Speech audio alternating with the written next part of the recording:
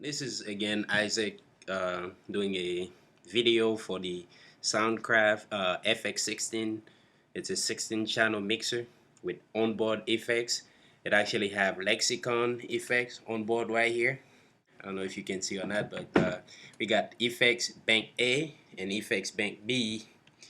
Um, they are great effect. To move on, I just wanted to tell you that if you're looking for a 16 channel mixer, I think you got no better options except, of course, if you want to go with a digital or something that costs probably 3 or 4 times as this one. All metal, no plastic. So what you get here is, of course, just like any other mixer, is your gain control right here, your high frequency EQ. It's a 3 band EQ, but the mid is sweepable. So you can sweep the mid from 150 hertz all the way up to 3.5 kilohertz. That's pretty good. And the mid, of course, and the low frequency. Below that, you got aux1, aux2, aux3, and the fourth aux is actually an effect. This one goes to the master effects right here, the purple right here. It goes all the way here. And then below you got your pin, which is, left, right, wherever you want to send it. Now with aux2, I don't know if you can see, but there's a little button right here that says pre.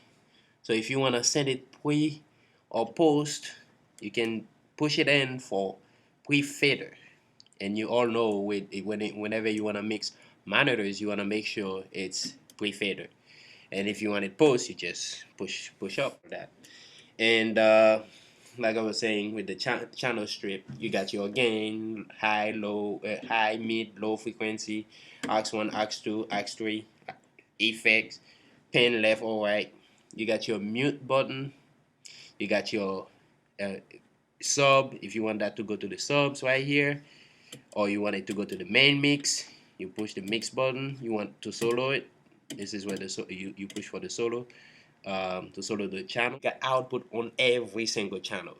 So if you want to record a live band and you don't want to record the EQ settings you did, you can push this little button right here. It will record everything pre EQ. So that's a good option for you guys out there who just want to record but don't want to record the EQs you did. That's pretty good. And moving on to the master section right here, I'm gonna pull it back so you guys can see. Master section is pretty nice. What you get is, of course, you get 2 subs, left, right. If you wanna sub vocals, you wanna group all the vocals to 1 sub, or you wanna do all the drums right here. That's pretty good. You can compress them, do whatever you wanna do with them. Send them to an EQ.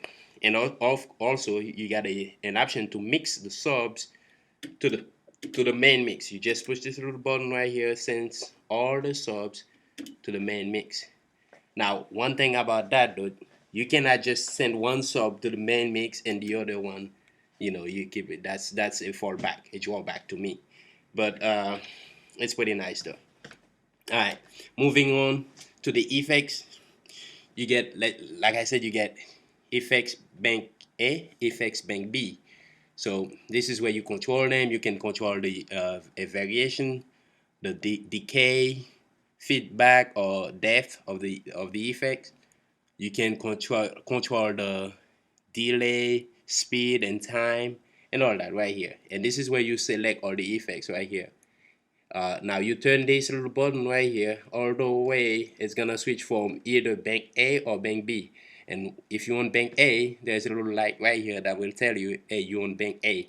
If you want bank B, there's another light right here that will tell you, hey, you want bank B. And you also have tap tempo. Tap tempo for you guys out there who like to mix with tap tempo effects like delay or whatever. You get a button right here. You can push in to match the tempo or the beat of the sound. Now let's say you do all the settings the way you want them and you really like them, you can actually store them. There's a button right here. You push, it stores in the effects the way you wanted it right here. Now below, going down, you can actually put a 2-track in. You can connect your iPad or whatever it is, your MP3 player or CD player, DJ, whatever, into it. And right here, you push the 2-track to mix. It will send the iPad or whatever you connect in to the main mix right here. You can control that. And below that right here, also you also have a 2-track control right here. You can control the level, how much of that signal is coming into the board right here. And then also, if you want to see the signal coming into the board, let's say you want to see the 2-track, there's a button right here. You push in and it will show you the signal, the level of the signal coming into the board right here. If you're clipping, it'll tell you. If you're good, it'll tell you right here. You want to see the mix, the main mix right here. You push the same thing, you'll see the main mix. You want to see the sub levels right here. You push the sub, it'll show you. And you also have a solo mode button.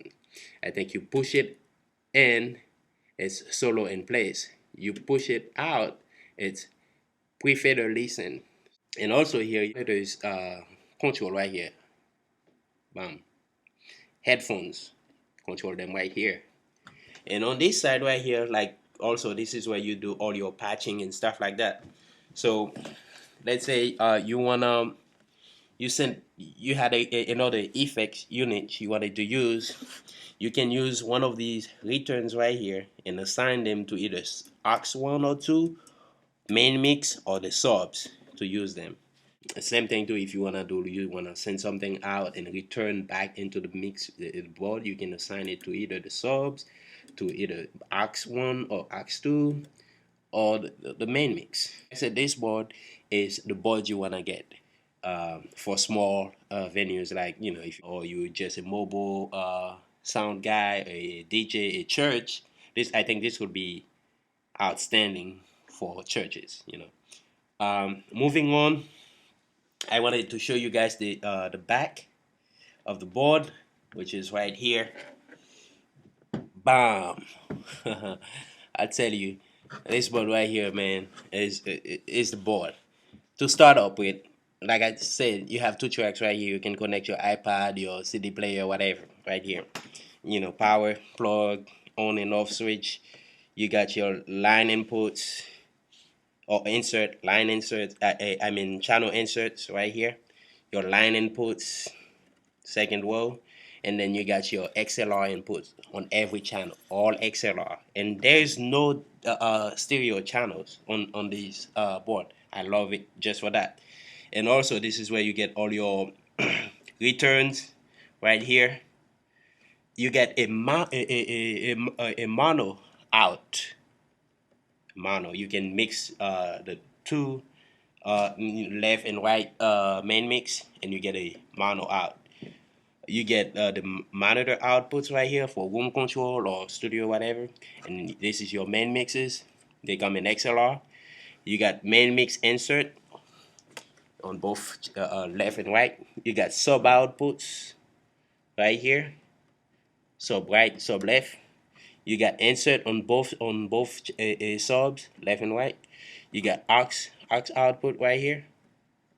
So they serve as accents or output, however you want to use them. Bam, right here. This board is very well put together. It's well organized, clean, nice. The sound is off the hook. You can't go wrong with this board. This is the board to have. Real quick though, I wanted to show you that the board don't come with phantom power on every channel, but it does have phantom power for channel 1 to 8 and channel 9 to 16. Like I said, if you want a wheel board, don't waste time going with the MG series. Or, of course, if that's what you want, then go ahead. Or the Allen and Heath Mix Wizard. The Mix Wizard is much more expensive, yet this one sounds a lot better. Now with the Mix Wizard, you get more axes. That's for sure. But when you're talking about quality and the feel of a real analog professional board, this is the one to go with.